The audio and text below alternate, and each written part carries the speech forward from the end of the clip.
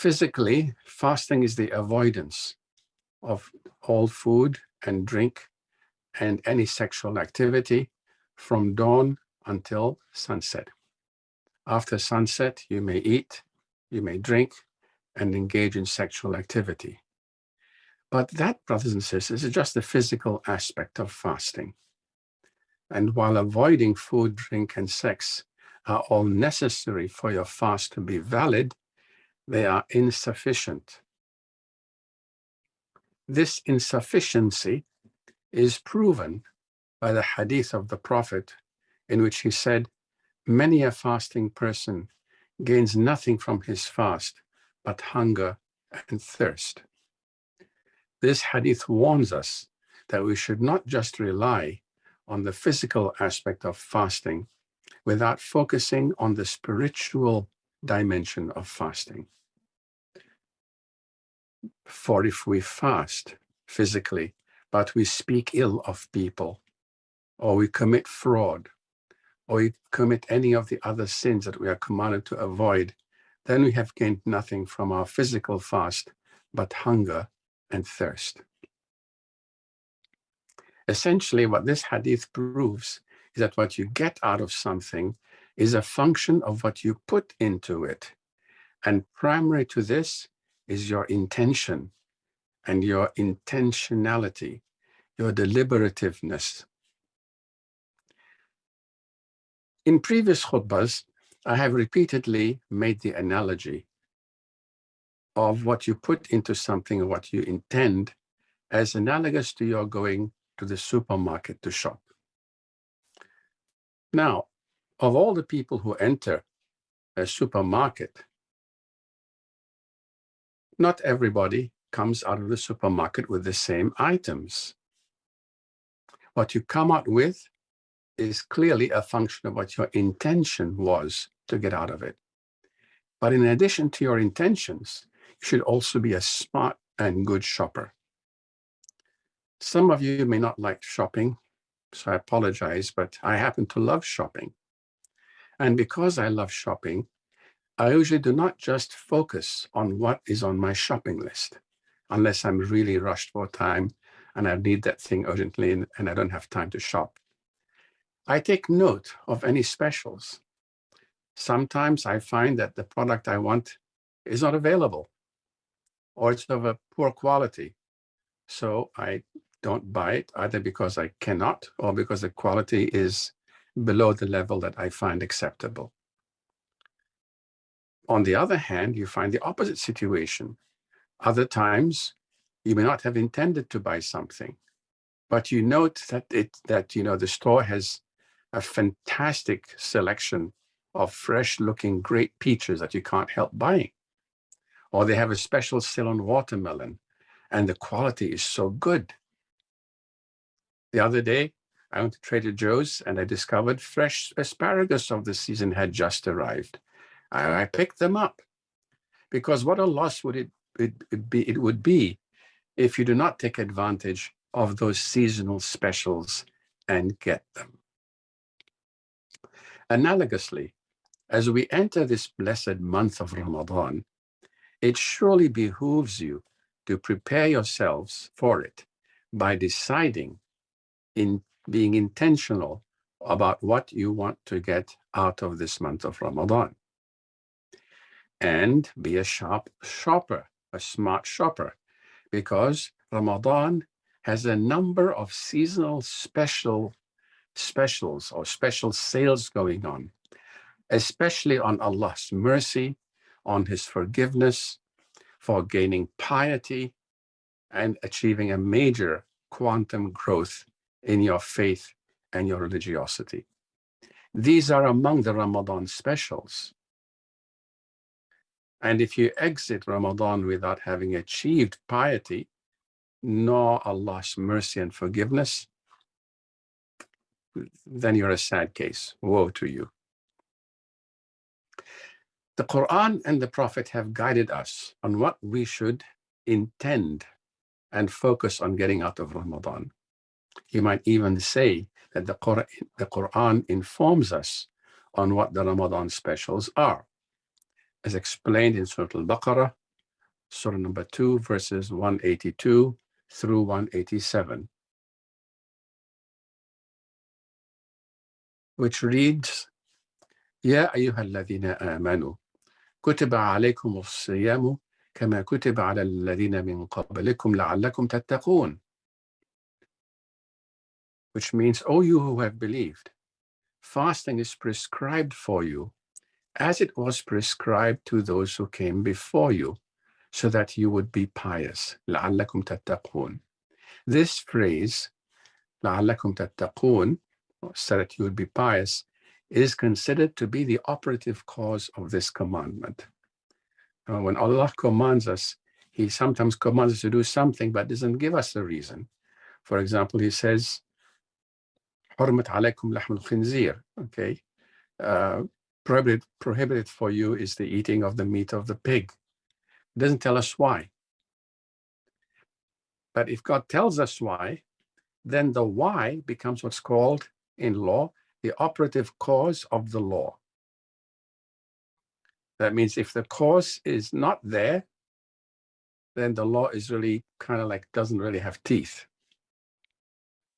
So here, fasting is commanded to us so that you would gain in piety. So that means that if you fast and you do not gain any taqwa, your fast has not been valid. This explains the Prophet's hadith, one which said, many a person fasts and gains nothing from his fast but hunger and thirst. So brothers and sisters, focus your Ramadan fast on gaining taqwa. Taqwa must therefore be the first item, the must obtain item on your Ramadan shopping list. It is absolutely essential, because your fasting doesn't even happen unless you gain this taqwa. Now, it's a Ramadan special because fasting makes it easy to gain. Taqwa is not that difficult to gain.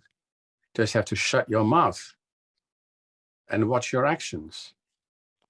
Because the physical energy it takes to get angry and to express negative feelings and attitudes is reduced when we fast.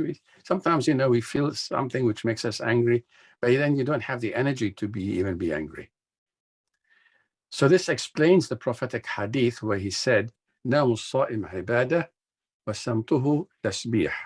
The sleep of a fasting person is worship, and his silence is meditation, or praising God, or hymning God's praises.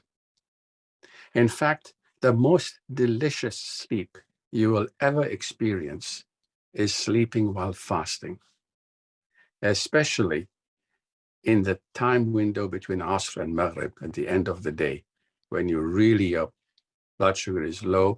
Sleeping is so tasty. So for those of you who can do so, try to experience what it tastes like. And because it's so enjoyable, you'll feel that you are enjoying ibadah and tasbih. So clearly this is another Ramadan special. Worship and tasbih sold for the very cheap price of sleeping while fasting. Fasting, brothers and sisters, is effectively a spiritual retreat. It teaches us to recognize our soul, to be more aware of it, and to differentiate the soul or our spirit from our minds, from our intellects, from our emotions or our emotional being, and from our physical body and our physical instincts and urges. Our soul is the locus of our eternal self, the I that is a piece of God's breath, that is indestructible or indestructible, that will not die, and that when we die, that soul is taken back returns to Allah. Our soul is the locus of that eternal self, the locus of our will, and the locus of our consciousness, our awareness.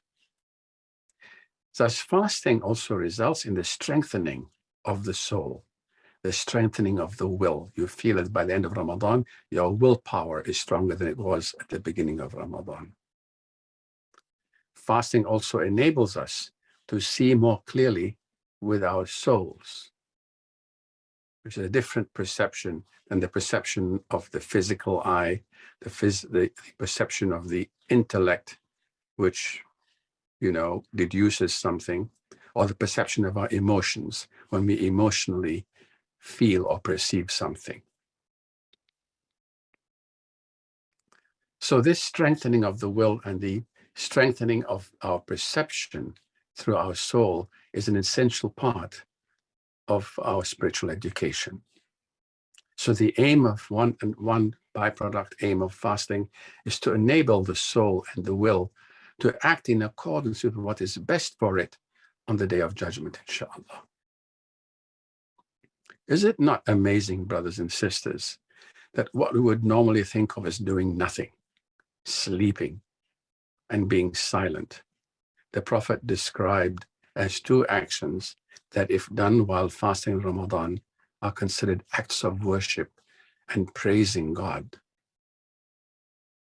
So for the price of doing nothing, namely not eating, not drinking, not engaging in sexual activity, not talking, and sleeping, Allah rewards you with major acts of worship.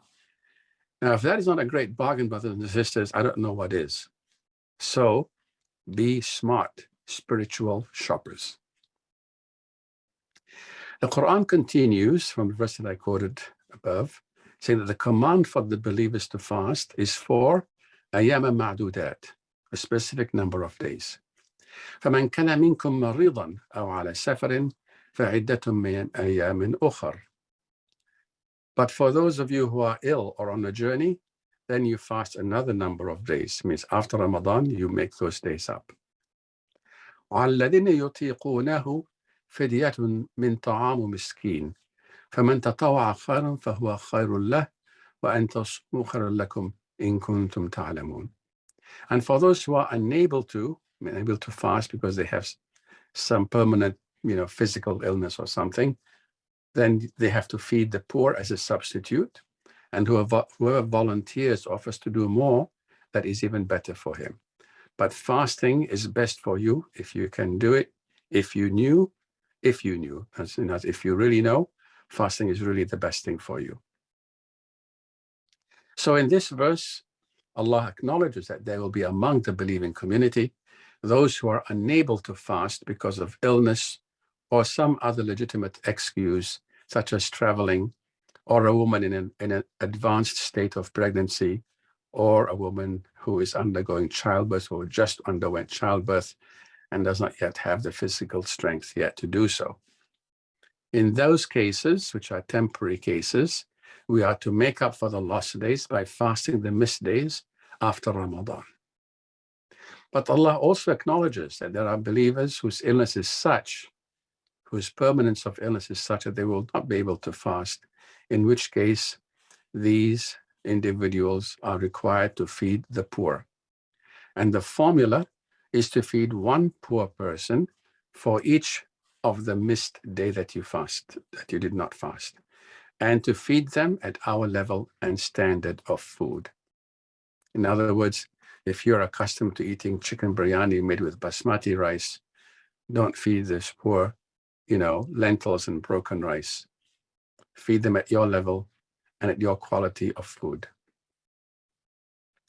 And as much as feeding the poor is indeed a great act in Allah's eyes, Allah still insists that fasting is better for you if you knew it, meaning that the rewards you would gain from fasting are so magnificent. They're so qualitatively great that even the substitute doesn't match it. In other words, as a smart spiritual shopper, fasting fills your spiritual cart with greater quality items and more products than feeding the poor. We shall explain this further down. Now, the next verse reads, شهر رمضان الذي أنزل فيه القرآن هدى للناس وبينات من الهدى والفرقان, which means the month of Ramadan is the month in which the Quran came down, a guidance for people and a means of distinguishing or differentiating or clarifying or separating, meaning like right from wrong, etc. So by quieting our emotions and in conjunction with the teachings of the Quran, fasting enables our souls to see more clearly and to differentiate between right and wrong action, making it easier for us to correct our actions and to avoid wrong action, which is a critical step and necessary in acquiring taqwa. For our spiritual life, brothers and sisters, is a journey. And along this journey, we hopefully grow and evolve and develop in our spiritual maturity, resulting in outgrowing actions that are indicative of spiritual immaturity and spiritual foolishness. This verse adds that Ramadan is the month in which the Quran was sent down. And since we call the night in which the Quran was sent down Laylatul Qadr, the Quran here additionally informs us that it defines Ramadan as the month that contains Laylatul Qadr. Now we know from the hadith that the Prophet urged his companions, he urged us to look, to seek for our own individual experience of Laylatul Qadr. Your experience of Laylatul Qadr, brothers and sisters, is unique to you. It can happen to you in any number of ways, but it is essentially a spiritual experience marked by a heightened awareness of Allah, His reality, His presence. And even if you do not experience it powerfully in any one given day or night, and whether you experience it either in a dream while asleep or in a vision while awake, the flavor of Laylatul Qadr permeates the whole of Ramadan. In other words, the heightened spirituality that you experience daily during Ramadan is itself a manifestation of Laylatul Qadr. So with every day that you fast, you are tasting a little bit, or you're taking a sip or a bite of Laylatul Qadr. And because Ramadan is the month in which the Quran was first revealed, many Muslims make it a point of reading the whole Quran during this month of Ramadan. For this also aids in your gaining taqwa, the involvement of your mind in understanding the meanings of the Quranic words and verses, and in assimilating and appreciating its meanings, embodying them in your behavior, and following its directives and commandments.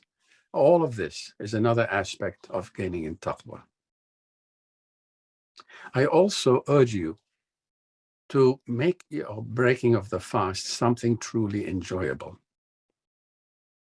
Personally, I love to break my fast on a cup of strong black tea with milk and a nice moist date. And as you break your fast, bear in mind the Prophet's hadith, the hadith Qudsi, which Allah says, "My fasting servant experiences two moments of joy. One, when he breaks his fast, and the other, when he shall meet me." So as you enjoy and relish when you break your fast and feel the joy of breaking it, remember this hadith, brothers and sisters, that you can, and at that moment, look forward to the moment when you shall meet your Lord, and think of it as the next joy that completes the joy of breaking your fast. And I was anticipating the joy that Allah has promised you for fasting. In another hadith Qudsi, Allah says, "For the servant who looks forward to meeting me, I'm even more looking forward to meeting him." So again, this adds to the excitement of breaking your fast and expecting and looking forward to these moments of joy with Allah and seeing Allah's happiness in meeting you. So remember these ahadith when you joyfully break your fast And remember that Allah has promised you another moment of joy and response to you're looking forward to your meeting with him by his looking forward to meeting you.